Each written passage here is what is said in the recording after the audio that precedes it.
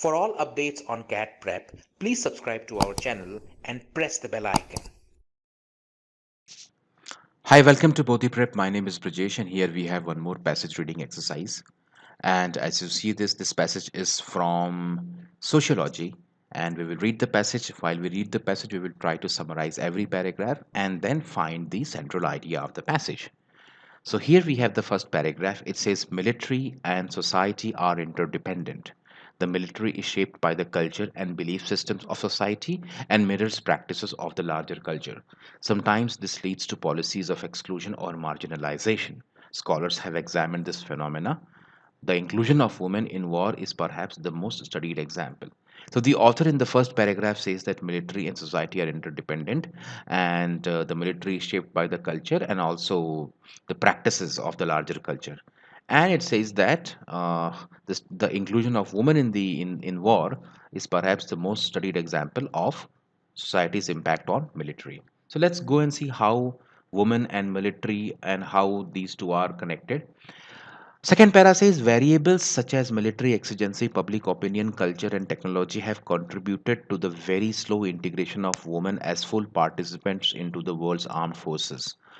So, culture, in a way, the author says, has contributed to the very slow integration of women as full participants into the world's armed forces.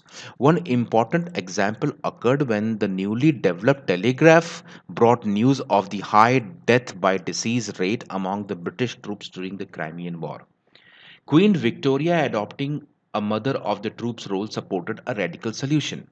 Great Britain sent Florence Nightingale and a cadre of women nurses to provide succor to the suffering troops and to save lives by incorporating newly recognized sanitary practices to the running of the filthy military hospital in Scutari.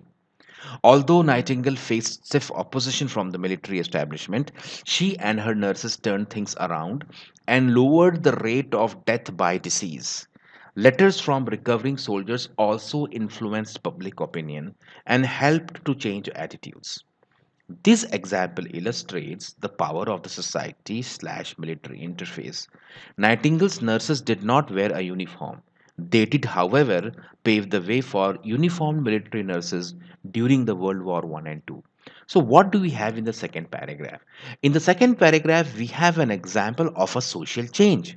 So, the author starts the discussion by telling that military and society are interdependent, and then he says that the military is shaped by the larger culture and the practices of the larger culture, and then he gives the example of inclusion of women in war. He says that culture played a very important role in the slow integration of women as full participants into the armed forces into the world's armed forces. And then the example of the Crimean War has come, in which women were sent to the front as nurses. And then the author says that because of that, in the coming years, it paved the way for uniformed military nurses during World War I and II. So this brought a change, and the change was brought by Florence Nightingale during the Crimean War. And after this incident, uh, uniformed military nurses became a part of this in the World War I and II. As women achieved the right to vote and pushed for additional responsibilities outside the home, Western military organizations have worked, struggled, and eventually succeeded in integrating women in all aspects of the force. So this is how you have the story being moving from one point to the other point. So we have the Crimean War. In the Crimean War, the women acted as nurses. The pioneering figure among them was Florence Nightingale. And gradually we had uniformed military nurses in World War I and II. And then further on in the next paragraph, the author says that as women achieved the right to vote and push for additional responsibilities outside the home, Western military organizations have worked, struggled, and eventually succeeded in integrating women into all aspects of the force. The literature of women's integration is more diverse and polarized than most literature dealing with other military and society subjects. Scholars like Cynthia Enlow look at women in the military through the broader lenses of feminism and militarization of women's lives.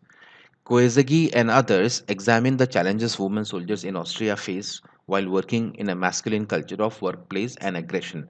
So yes, now we have two authors who have studied these two phenomena, and the author says that gradually the women were fully integrated into all aspects of the armed forces. Another interesting study analyzes the experiences and identities of Kurdish women fighting the Islamic State IS in northern Iraq as a part of the Peshmerga army wars. Wars bring great destruction but can also catalyze social change. While seeking balance between their identities as good mothers and professional soldiers, many Kurdish women see their war participation as a chance to increase their agency and improve equality in society, as combat operations create a window of opportunity to change perceptions of women's roles. Interviewed soldiers said that they were not striving for equality but equivalency, stressing those qualities that women in particular can contribute in battle. Now, here we have the example of the Kurdish women for whom participation in the war is basically a way to bring in change in the perceptions of women's roles in society.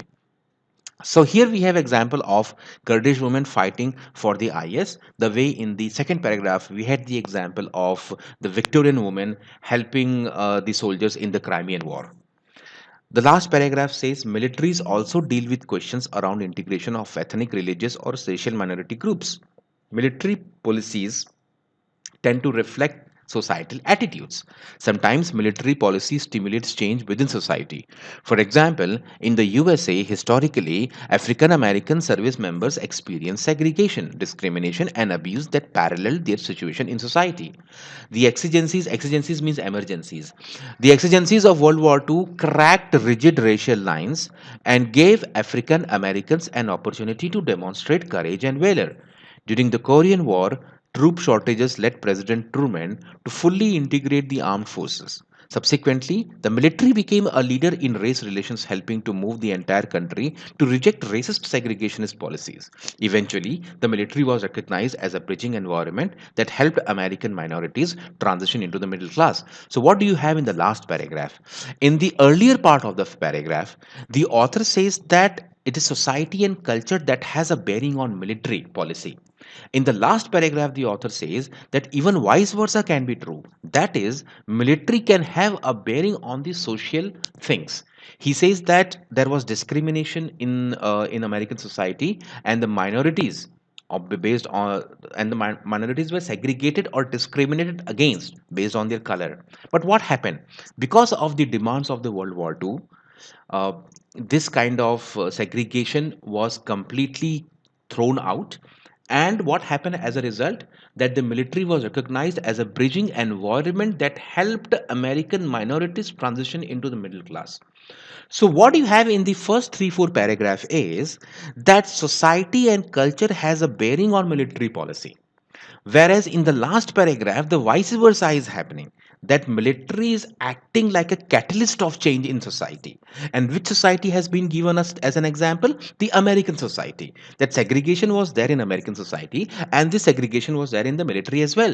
But because of the demands of World War II, the racial lines blurred, and gradually what happened, that everyone was treated as equal, and eventually this was recognized as a bridging environment that, in fact, in the end, military was recognized as a bridging environment that helped American minorities transition into the middle class.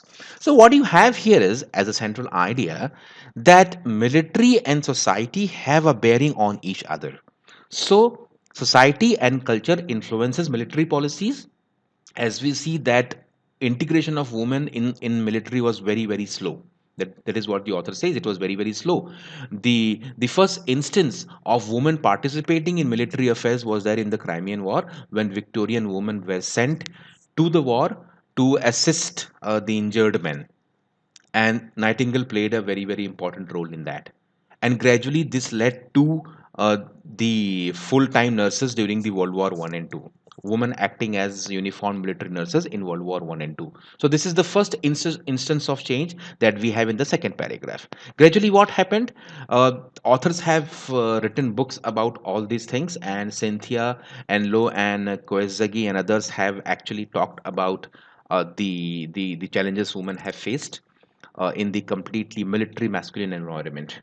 And then another interesting example has come of the IS and the Kurdish women. The Kurdish women fought for the Islamic State, and for them this was an opportunity to improve equality and to change the perceptions of women in society. And after that, we have one more example in which the author says that though society has impact on military, culture has impact on military, the vice versa is equally true. The example is the US military during the World War II, which played a very important role in bridging the the rigid racial lines gap that was there in the American society, and that helped American minorities transition into the middle class. So this is basically the overall idea of the passage, that military is influenced by society and culture, whereas military sometimes influences society and culture. So both the ways it is having an influence, not just one way. This is basically the broader message of the passage.